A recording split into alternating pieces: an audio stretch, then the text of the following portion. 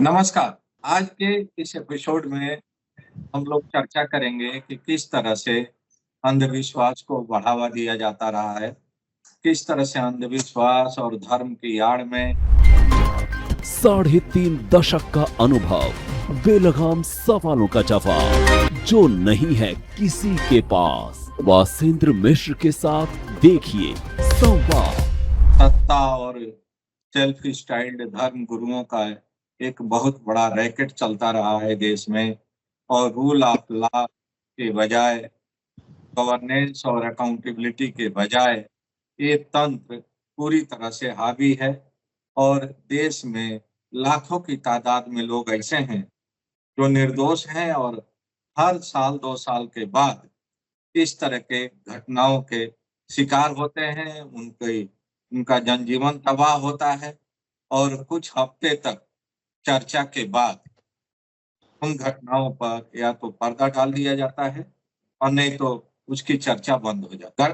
चर्चा की शुरुआत कर रहे हैं हाथरस में हुई उस हृदय विदारक घटना से, जिस घटना में या दुर्घटना में लगभग 121 लोगों की जान जा चुकी है।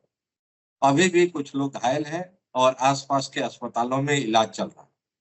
हम सबने देखा है कि किस तरह से इस तरह के सेल्फ स्टाइल्ड धर्म गुरुओं के वजह से पूरे देश की सरकार अलग अलग वक्त में असहाय और लाचार होती दिखाई देती रही।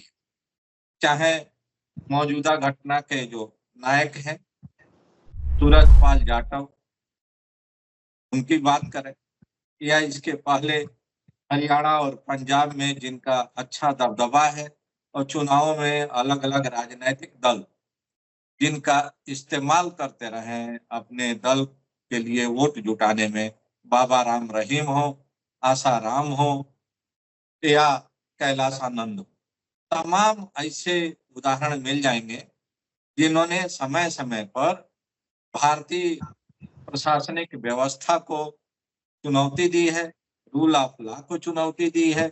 और सत्ता में बैठे हुए लोगों ने बजाय कि उनके विरुद्ध कड़ी कार्रवाई करने के लीपापोती करने में ही ज्यादा वक्त गुजारा। आज एक बयान पढ़ने को मिला है बीएसपी सुप्रीमो मायावती का। बीएसपी सुप्रीमो मायावती अकेली ऐसी नेता है जिन्होंने खुले तौर पर सूरजपाल जाटव या भोले बाबा के विरुद्ध भी कार्रवाई की मांग की है।